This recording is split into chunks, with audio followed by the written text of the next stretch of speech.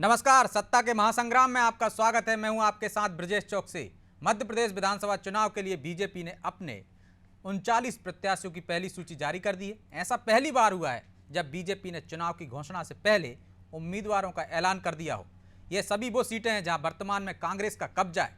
BJP की पहली सूची में 2018 के चुनाव में हारे 50% चेहरों को फिर से मौका दिया है। इनमें 6 पूर्व मंत्री भी शामिल हैं। वहीं 12 नए चेहरों को उतारा गया है। लेकिन इन 39 सीटों पर ऐसा सियासी समीकरण है, इस रिपोर्ट में देखिए।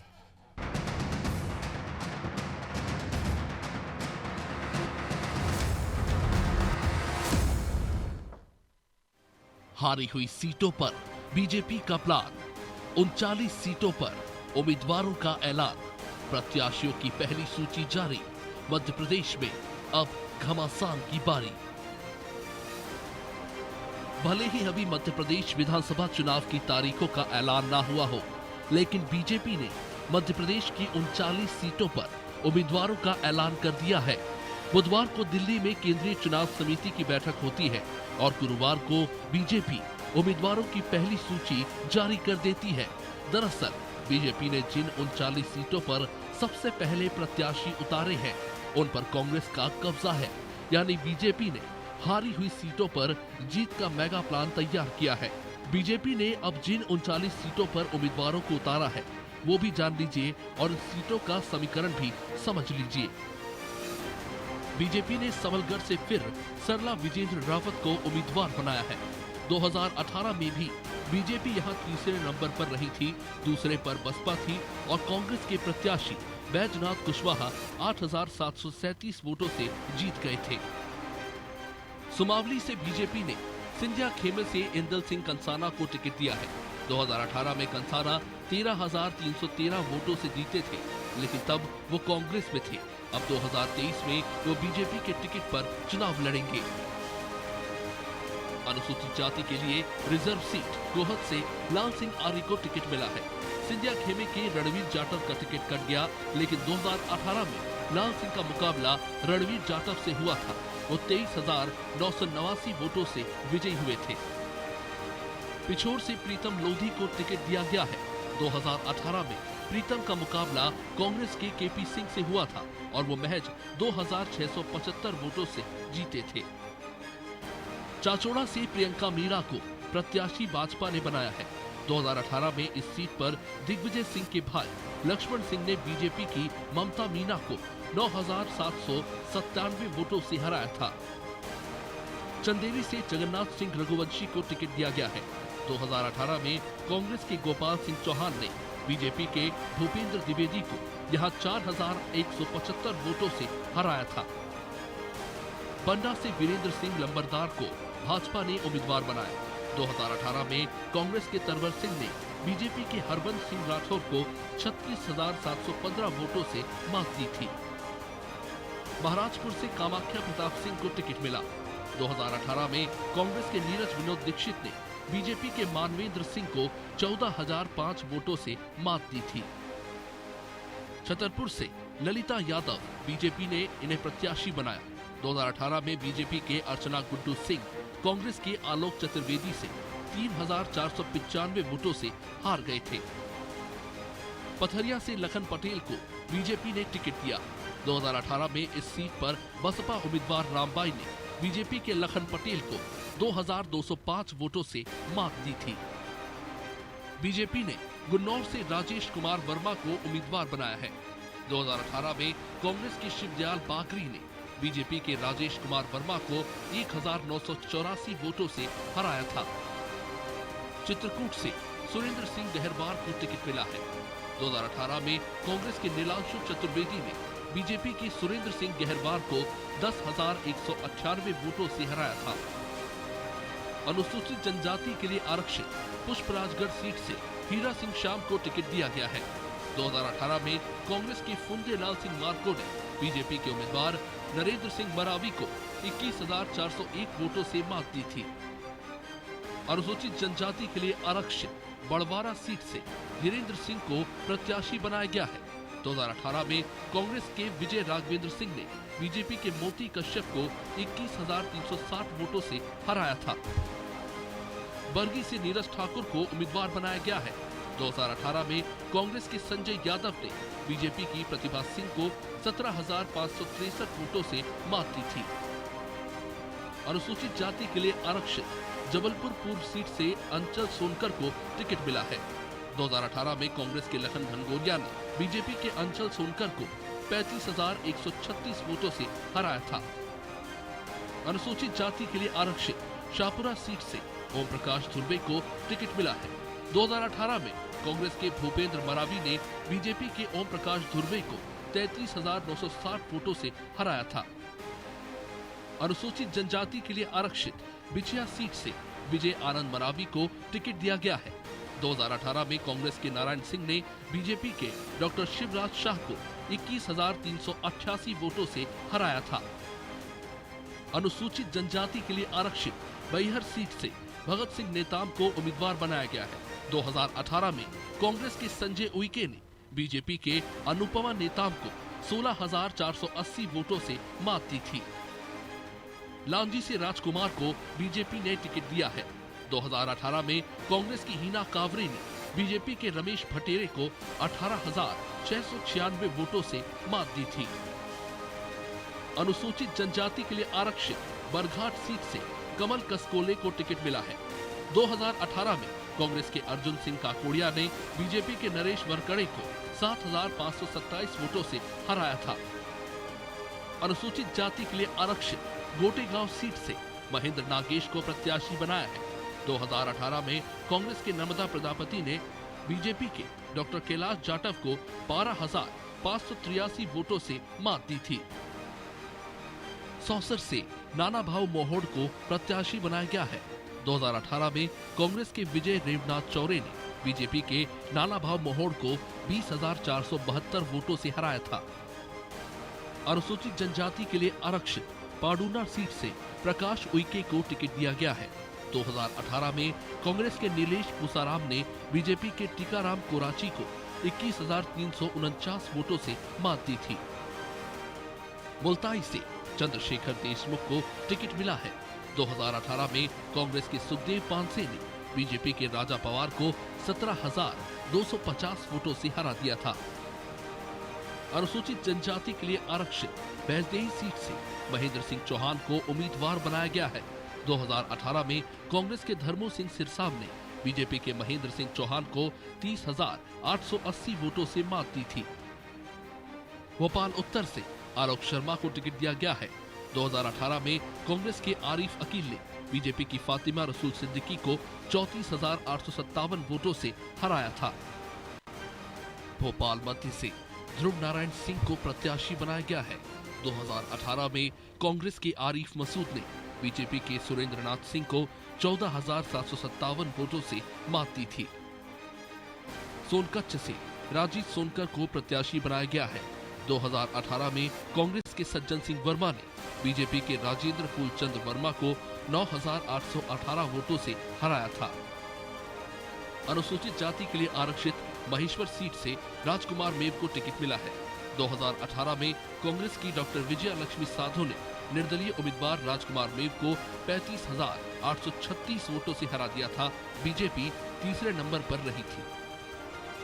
कसरावत से आत्माराम पटेल को टिकट दिया गया है। 2018 में कांग्रेस के सचिन सुभाष चंद्र यादव ने बीजेपी के आत्माराम पटेल को 5,539 वोटों से हराया था। अनुसूचित जनजाति के लिए आरक्षित अलीराजपुर सीट से नागर सिंह चौहान को प्रत्याशी बनाया गया है। 2018 में कांग्रेस के मुकेश रावत ने बीजेपी के नागर सिंह चौहान को 21,962 वोटों से हराया था। अनुसूचित जनजाति के लिए आरक्षित झाबुआ सीट से भानु भूरिया को टिकट मिला है। 2018 में बीजेपी के गुमान सिंह डामोर ने कांग्रेस के डॉक्टर विक्रांत भूरिया को 10,437 वोटों से हराया था, लेकिन अब इस सीट पर कांग्रेस से कांतिलाल भूरिया विधायक हैं। अनुसूचित जनजाति के लिए आरक्षित पटलावत सीट से निर्मल भूरिया को प्रत्याशी बनाया गया है। 2018 में कांग्रेस के बाल सिंह मीणा ने बीजेपी की निर्मला दिलीप सिंह भूरिया को 5,000 वोटों से हरा दिया था। अनुसूचित जनजाति के लिए आरक्षित कुक्षी सीट से जयदीप पटेल को टिकट मिला है। 2018 में कांग्रेस के सुरेंद्र सिंह हनी बघेल ने बीजेपी के वीरेंद्र सिंह बघेल को 62,930 वोटों से मात दी थी। अनुसूचित जनजाति के लिए आरक्षित धर्मपुरी सीट से कालू सिंह ठाकुर उम्मीदवार बनाया गया है। 2018 में कांग्रेस के पांचीलाल मीणा ने बीजेपी के गोपाल कन्नौज को 13,972 वोटों से हराया था। राव सीट से मधु वर्मा को टिकट दिया गया है। 2018 में कांग्रेस के जीतू पटवारी ने बीजेपी की मधु वर्मा को 5,703 वोटों से हरा दिया था। अनुसूचित जाति के लिए आरक्षित तराना सीट से ताराचंद गोयल को बीजेपी ने उम्मीदवार बनाया है। 2018 में कांग्रेस के महेश परमार ने बीजेपी के अनिल फिरोजिया को 2,209 वोटों से मात दी थी। अनुसूचित जाति के लिए आरक्षित घटिया सीट से बीजेपी ने सतीश मालवीय को उम्मीदवार बनाया है। 2018 में कांग्रेस के रामलाल मालवीय ने बीजेपी के अजीत प्रेमचंद गुड्डू को 4,628 वोटों से हराया था। यानी बीजेपी ने हारी हुई सीटों पर पहले उम्मीदवार उतारकर जमीन को मजबूत करने का काम किया है। अब बीजेपी की ये रणनीति कितनी कामयाब होगी, ये देखना होगा। ब्यूरो रिपोर्ट, अनादि टीवी।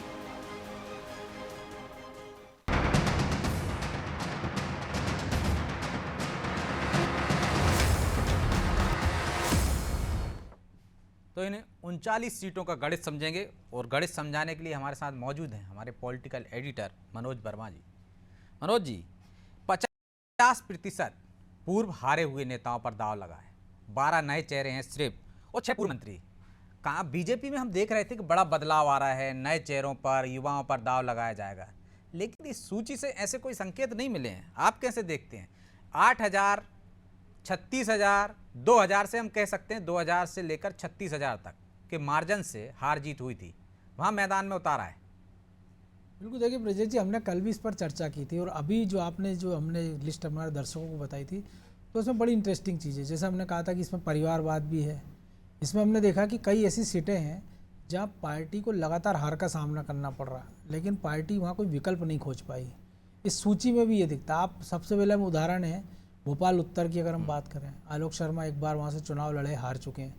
जो बगल की सीट से रामेश्वर शर्मा विधायक हैं, वो भी वहाँ से चुनाव लड़के हार चुके हैं। इसके बाद महापौर रह चुके हैं आलोक शर्मा, लेकिन पार्टी वहाँ कोई विकल्प नहीं तैयार कर पाई कि 2.5 दशक में राजधानी में, जिसमें हम देखते हैं कि लोकसभा के जब चुनाव होते हैं तो पार्टी को बम्पर जीत मिलती है। दिग्विजय सिंह जैसा चेहरा भी उतरता है तो 4-4.5 लाख वोट से हार जाता है, लेकिन पार्टी वहाँ उम्मीदवार नहीं ढूंढ पाई, तो ले देकर पुराने चेहरों पर दाव लगाना पड़ रहा। दूसरा एक सबसे बड़ा उदाहरण है प्रीतम लोधी। पिछला चुनाव केपी सिंह के सामने महज 2,200 वोटों से हारे थे और तीसरी बार लगातार उनको इस मैदान में तीसरी बार उतारा जा रहा है। तो जाहिर सी बात है कि पिछोर में बीजेपी को ऐसा विकल्प तैयार नहीं कर पाई कि जो केपी सिंह को टक्कर दे पाता या 5 साल में अपना इतना वजूद तैयार कर लेता कि पार्टी को जो पुराने चेहरों की जगह नए चेहरों पर दाव लगाना पड़ता। लेकिन ऐसा प्रयास पार्टी ने किया चाचौड़ा में। आप देखिए कि जहाँ पे उन्होंने प्रियंका मीणा पर दाव लगाया है, जो कि पिछला जिला पंचायत सदस्य का चुनाव हार गई थी और ममता मीणा से मुकाबला था। मनोज जी, कि वो अपने वार्ड में ही नहीं जीत पाई हैं। बिल्कुल। तो जिस व्यक्ति का, जिस महिला का इतना जनाधार नहीं है कि वो अपने वार्ड में भी नहीं जीत रहा है, उसे आप विधानसभा का चुनाव लड़वा रहे हैं। लेकिन उसमें एक चीज़ है ना कि वो हम कह सकते हैं वो पॉलिटिशियन नहीं है ना, अधिकारी की पत्नी है, क्योंकि वो अधिकारी उस गाँव के रहने वाले, उस क्षेत्र के, लिहाजा समाज सेवा में वो ज़्यादा सक्रिय रही थी। बीजेपी से अभी उनको जुड़े ज़्यादा वक्त नहीं हुआ, लेकिन आप देखिए पांडु नाम है, प्रकाश उइके जज थे, पिछले दिनों उन्होंने इस्तीफा दिया था और उनको उम्मीदवार घोषित किया गया। पिछली बार भी लोकसभा के चुनाव के समय हमने देखा था महेंद्र सिंह सोलंकी, वो भी जज थे, उनको इस्तीफा देकर चुनाव लड़वाया गया था। आम आदमी पार्टी के जिस उम्मीदवार का हमने कल जिक्र किया था कि सुबह तक वो आम आदमी पार्टी में थे, शाम को बीजेपी उनको टिकट दे देती है। तो बीजेपी जो मौजूदा स्थिति, टिकट देने के बाद उनको पार्टी में सदस्यता दी जाती है, पार्टी में शामिल किया जाता है। और तो ये भी दिलचस्प नहीं है कि बीजेपी जैसी पार्टी जो दावा करती है कि विश्व की सबसे बड़ी पार्टी है, उसके पास उम्मीदवार अपने खुद के नहीं है। वही जिक्र है ना कि आप देखिए राजकुमार मेव, पिछला चुनाव वो बीजेपी से बगावत करके चुनाव लड़े थे, विजय लक्ष्मी साधो जीत गई थी, उसके पहले वो विधायक रह चुके हैं, तो पार्टी को ले देकर उन पर दाव लगाना पड़ा है। यही कहानी आप देखिए अलीराजपुर से नागर सिंह चौहान की है। तो कह सकते हैं कि बीजेपी के पास ज़्यादा कोई विकल्प था नहीं, तो जो उन्होंने मौजूदा जो लोग थे तो उसमें से उन्होंने प्रयास किया कि उनमें से जो बेहतर हो, कि जैसे हमने इसका जिक्र किया था कि 39 सीटों की हमने बात की थी, कि इनमें से पार्टी को पता है कि कई सीटें ऐसी हैं जो कई कई बार से पार्टी हार रही है। निर्मला भूरिया का आप देखिए कि पिछला चुनाव भी वो हार चुकी थी, और कांतिलाल भूरिया के रिश्ते में भी लगती है। लेकिन दिलीप सिंह भूरिया उनके पिता बड़े नेता थे आदिवासियों के, बीजेपी से पहली बार झाबुआ सीट उन्होंने ही बीजेपी की झोली में दिलाई थी। लेकिन आप देखिए कि युवाओं संघ ऐसा भी नहीं है कि उम्र दराजों के लिए पार्टी ने रास्ते बंद कर दिए। आप देखिए दो उम्मीदवार ऐसे हैं जो जगन्नाथ रघुवंशी हैं, वो 70 पार के हैं। दूसरे मधु वर्मा की हम बात करें तो 72 साल से ज़्यादा की उनकी उम्र है। तो भले पार्टी तंज कसती होगी बीजेपी कांग्रेस पर कि उनके नेता उम्र दराज है और 75 साल का मार्गदर्शक मंडल है, लेकिन पार्टी को ले देकर फिर ऐसे चेहरों की तरफ जाना पड़ रहा है जिनके बारे में उनको लगता है कि कुछ संभावना। लेकिन एक इंटरेस्टिंग चीज़ आप देखिए कि रामबाई जो मौजूदा बीजेपी विधायक हैं उनमें सबसे ज़्यादा चर्चित हैं। बसपा से कांग्रेस की सरकार थी, उनके साथ नजर आई। बीजेपी की सरकार बनी, उनके साथ नजर आती थी। नरोत्तम मिश्रा को भाई कहती थी। पिछले दिनों उनके परिवार के लोगों को हत्या के प्रयास में सजा हुई है। पति देवर उनके हत्या के मामले में जेल में, जिसमें उनको कुछ समय रिलैक्सेशन मिला था। तो उम्मीद लगाई जा रही थी कि शायद बीजेपी उन पर दाव लगा सकती है, लेकिन बीजेपी ने पथरिया से अपना उम्मीदवार घोषित करके बता दिया है कि पार्टी उन पर दाव लगाने नहीं जा रही। ऐसे में विकल्प उनके पास भी सीमित होंगे। तो जो आप जिक्र कर रहे थे, लेकिन एक और बात है ना ब्रजेश जी, जो हम कल भी उसका बात कर रहे थे हम, कि क्या कांग्रेस के ऊपर इस लिहाज से बीजेपी ने एक मनोवैज्ञानिक बढ़त ले ली, क्योंकि वो 6 महीने से कह रहे थे हम सीट घोषित कर देंगे। तो इसको आप कैसे देखते हैं?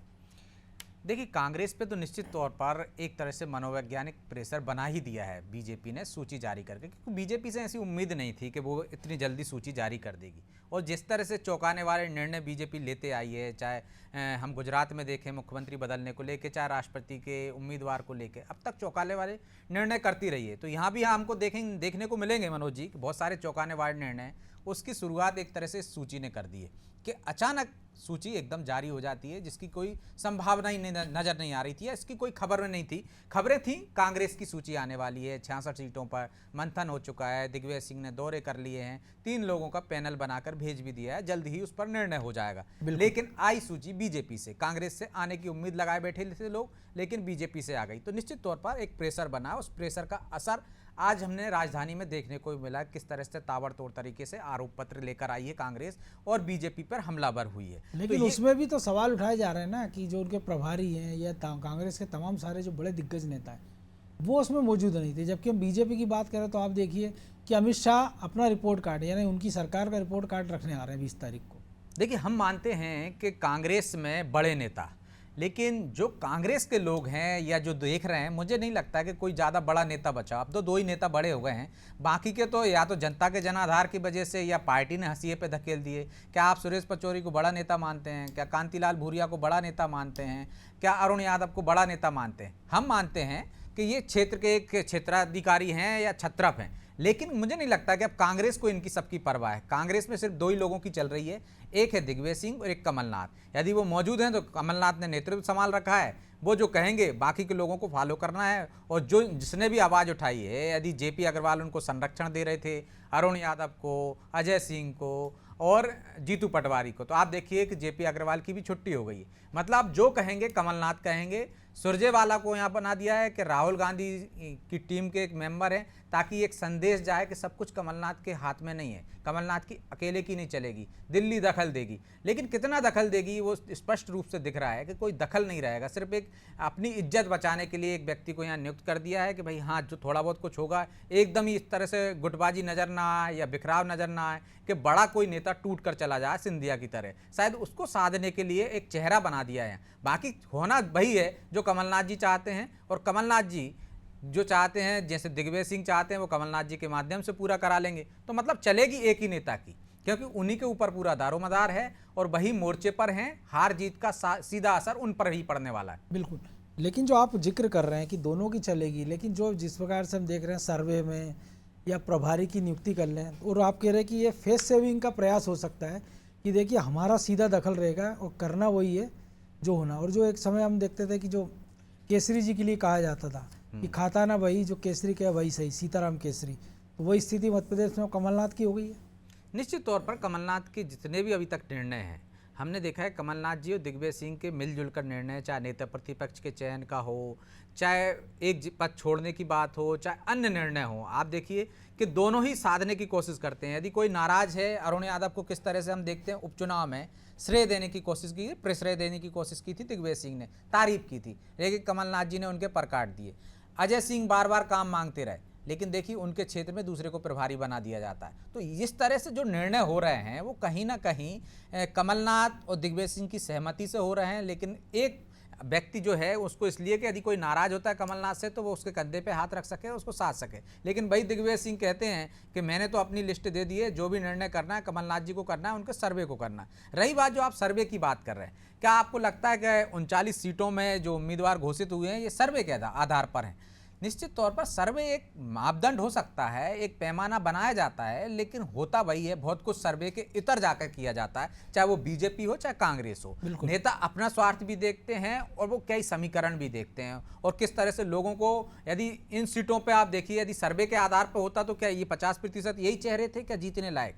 लेकिन पार्टी ने दिया ना टिकट, तो पार्टी ने बहुत सारे समीकरण देखे होंगे, कहीं लोधी को साधने की बात देखी होगी, कहीं आदिवासियों को साधने की बात है, कहीं यदि आप बड़े लोग नेताओं में नाराजगी ना हो जाए तो उम्र दराज लोगों को भी देने की बात है। तो बाकी सारे समीकरण, क्योंकि कोई भी गलती नहीं करना चाहती, तो कुछ सीटें, कुछ टिकट इसलिए भी दिए जाते हैं कि भले ही वो हार जाएं लेकिन एक मैसेज दे जाएं। यदि मैसेज का जो खेल है, मुझे लगता है वो कांग्रेस में भी होता है, बीजेपी में भी होता है। तो यदि बात की जा रही है कांग्रेस में सर्वे के आधार पर, तो सर्वे के आधार पर क्या सुखदेव पांसे का टिकट कट जाएगा? सर्वे के आधार पर क्या सज्जन सिंह वर्मा का, बाला बच्चन का, इनके टिकट कट जाएंगे? निश्चित तौर पर नहीं कटेंगे। और ये ऐसे नहीं एक अजय योद्धा है, ये हारे नहीं उन क्षेत्रों में, हारे हैं और उम्र का भी पड़ाव है, लेकिन ये इनका टिकट एक तरह से पक्का होता है, क्योंकि जिस नेता की चल रही होती है कांग्रेस में, उसके समर्थकों को भरोसा रहता है, उस नेता को ये तो मालूम है कि मैं इनके टिकट दिला ही दूंगा, चाहे वो उसके लिए जो भी उनको क्राइटेरिया बनाना पड़े या जो भी जिसके टिकट काटना होते हैं उसके कई नेगेटिव चीज़ें बताई जाती हैं, और जिसको टिकट देना होता है उसका पॉजिटिव पक्ष सामने रखा जाता है,